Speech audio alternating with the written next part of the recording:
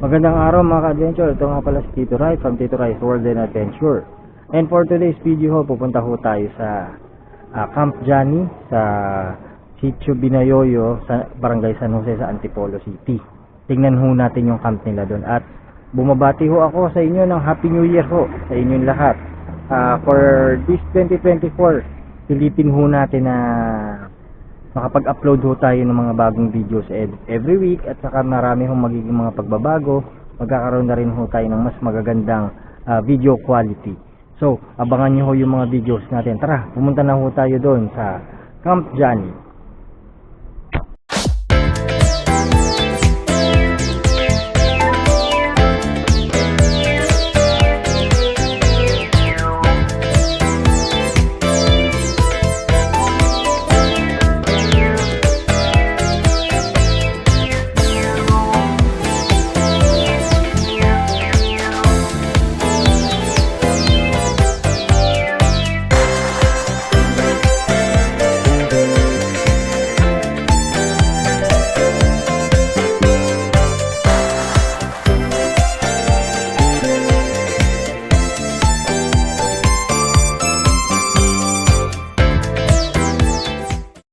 Ito po, bago ho pupunta sa sa Camp Johnny, magte-trek pa ho tayo for another 30 to 40 minutes, depende ho sa sa bilis ng lakad o depende sa panahon. Ngayon ho, dry siya. So, medyo mabilis lang yung magiging lakad. So, dito, may parking area dito, sa isang church dito, doon kami nag-park. Iiwan niyo yung mga sasakay niyo doon. Then, magte-trek na po kasi yung terrain niya hindi ho applicable sa mga sasakyan. 2 wheels siguro po pwede yung mga dirt bike o bisikleta, pero mas maganda ko iiwan nyo tapos para makaka-experience kayo ng pagte-trek. Siguro balikan ho namin kayo din sa pag malapit-lapit na kami. So ito ho, makikita nyo yung terrain dito papunta sa Camp Johnny. So may konting trekking at paglalakad bago ho tayo makarating doon. Medyo matarik, buti na lang hindi umulan at hindi basa yung lupa, kung hindi, nako, madulas at maputik to. Pero ganun pa man, this is an adventure.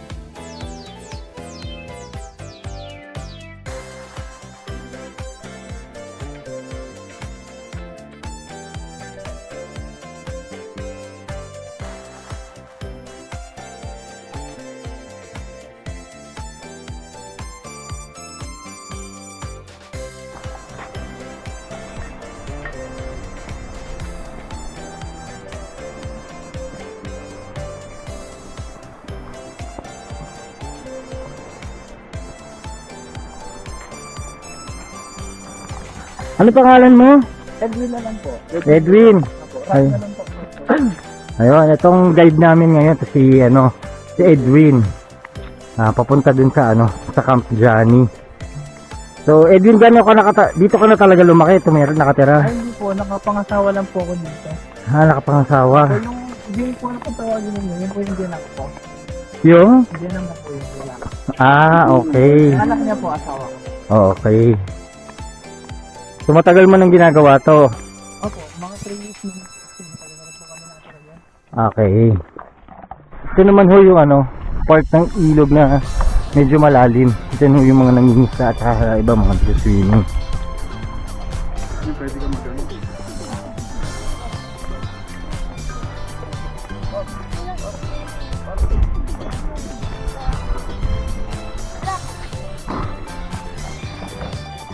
Lalambas po siya.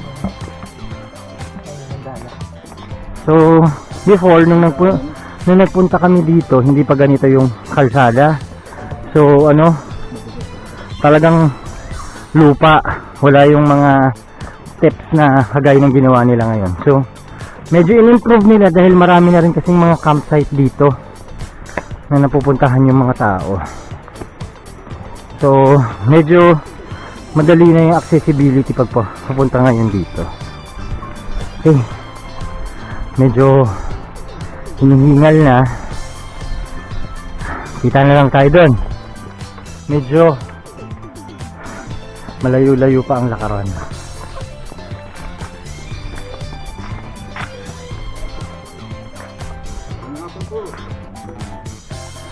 Makita nyo dito sa likod ko, Tito Barry. Naga-mystic pa siya eh. Oh.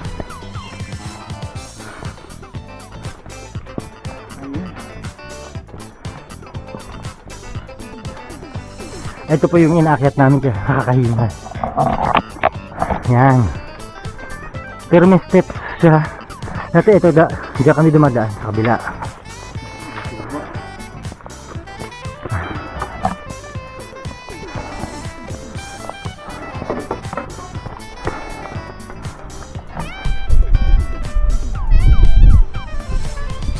Ayan, at ito nga ho, nakarating na ho kami dito sa tuktok ng Camp Johnny. As you can see, dun ho yung Camp Johnny sa baba. Bababa pa ho kami dyan. Ayan, tara, let's go!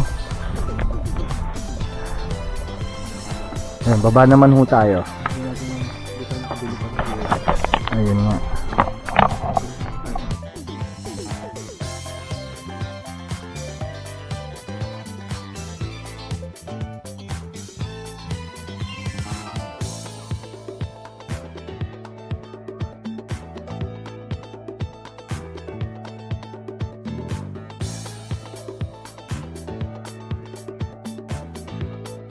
Ayun po, at ngayon nakarating na ho tayo ngayon dito sa sa Camp Johnny. Dito, ang Camp Johnny ho ay sa Barangay Bayoyong, Buso-Buso, Antipolo City, Rizal.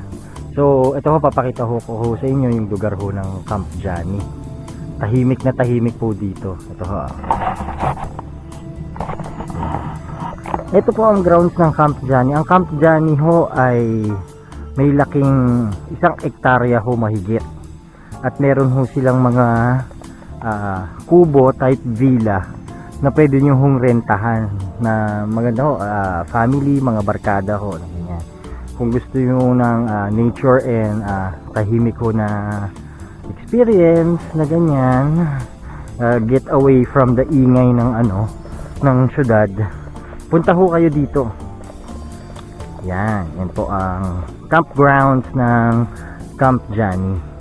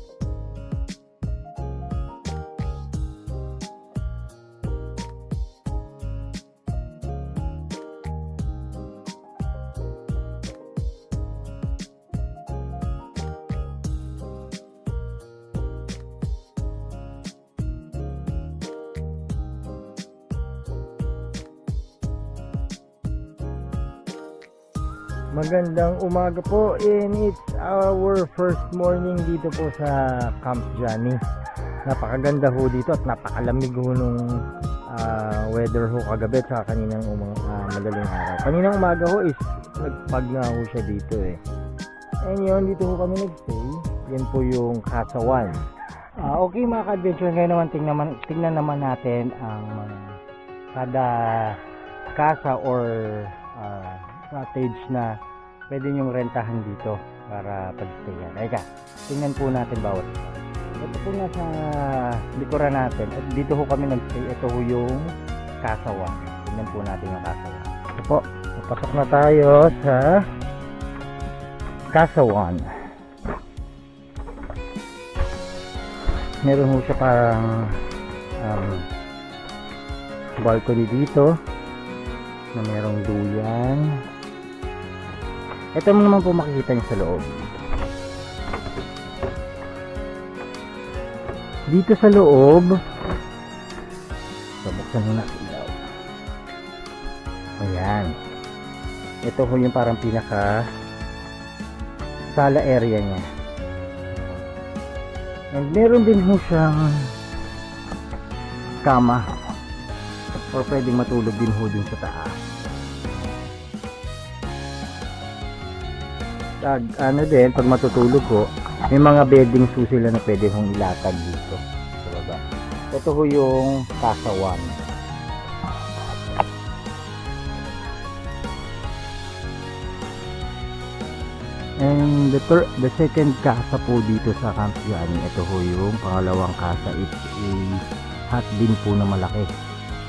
Okay, dito po sa kanyang ground floor is the kitchen. Ayan, kitchen area, dining area. Meron pa ho din, pwede din ho dito mag-dine in, pwede din magtambay yung mga magbabarkada. And dito naman po sa tabi ay yung kanyang CR. Ayun pala, meron hong ano dito, may source of ng tubig po dito. And then dito naman sa taas, ito ho yung itsura na. Ayan, may mga dogs pa ho. Ito po yung area, sleeping area. Then may maliit ho na parang sala. Ayan. Kung makikita ho nyo, ang ganda ho ng sa loob, no? May sarili rin ho siyang source ng electricity kasi meron siyang solar. There's another parang balcony with a jacuzzi ho sa tabi. So presko ho at maganda. Yung mga dogs nga po enjoy na enjoy. Nag-i-enjoy ba kayo? Okay. Yan po ang ating second casa. Ayun po, andito naman tayo sa ika-third po na cottage po dito or casa. It's the third casa ho dito sa Camp Johnny. Ito is a different type naman po siya kasi parang Bali inspired po yung cottage pong ito with a pool. Ayan po, meron po siyang swimming pool. Maliit po siyang pool, kaya lang ngayon is under repair, ginagawa ho siya. And also maganda ho kasi dito, it's beside a creek na napakalinaw ng creek po. Papunta po doon sa ilog. Makikita niyo po, meron ho siyang tulugan ho at the top. And meron din ho, yung iba ho pwede dito sa baba. Ayan, pwede ho. May mga beddings ho silang available. And also, pwede rin ho dito din sa kabila. Kung titingnan niya ho, open po siya. Kasi malamig naman dito at mahangin. So, parang valley type po yung yung kasang ho. Tapos meron din siya dito parang balcony. Ayan.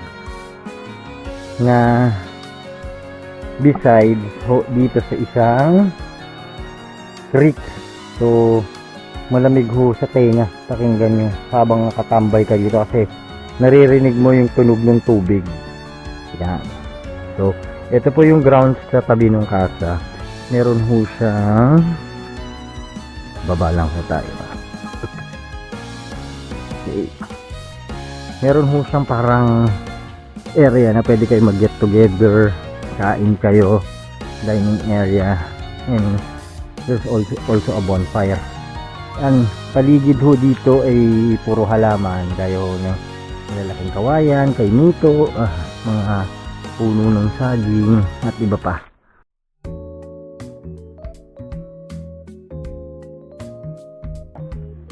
Ako po si Pamela Guerrero, asawa po ng Kamis Johnny na ngayon po ay nandito po kayo. Ito po ay sa amin pong anak, kay Jassel din, kay Ariel, sa mag-asawa. Kayo po yung mga magulang nila.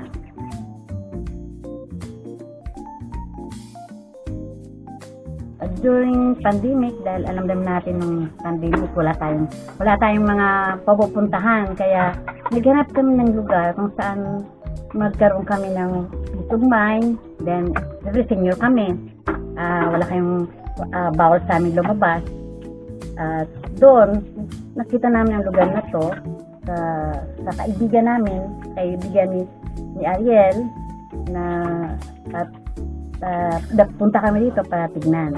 Then yun yung time na nakita namin na medyo mahangin, medyo maganda yung lugar na tahimik, at nagkaroon kami ng idea na magkaroon kami ng malit na mapupuntahan na pagka medyo mahirap na sa city, pwede na kayo makapunta rito. Kaya yun ang simula.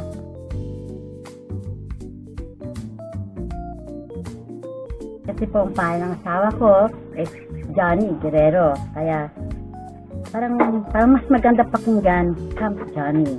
Hindi sa Johnny, Camp Johnny. Naisip nila na ikaw na nga.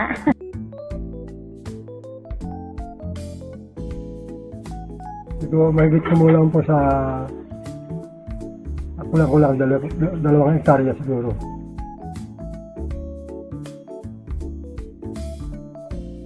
Kung gusto niyo pong pumunta sa amin pong Camp Johnny, ay ni-invite po namin kayo na visit our page, Camp Johnny. At ito po ay, ang location po ay Binayuyo, Sitio Binayuyo ng Antipolo. Then, may kita po ninyo doon. Pwede po mag-waste kayo, makakarating po kayo ng payapa. At isa pa doon, maganda pong daanan, yung tulad noon. May maayos na po ng daanan ngayon. Then, may maghatid sa inyo at makakatulong din. Marami po kayong mga kasamaan dito na siya pong mag-a-assist sa inyo. Okay po, mga adventure, na pauwi na po kami. At marami pong salamat sa pagsubaybay. Another trek na naman ho pag-uwi namin. Until the next video, please like and share our video so we will always be updated sa aming mga videos na i-upload. Maraming po salamat at always remember, hinihinga kasi pakyat. Always remember, every day there will be always an adventure sa ating buhay. Thank you and till the next video. Goodbye.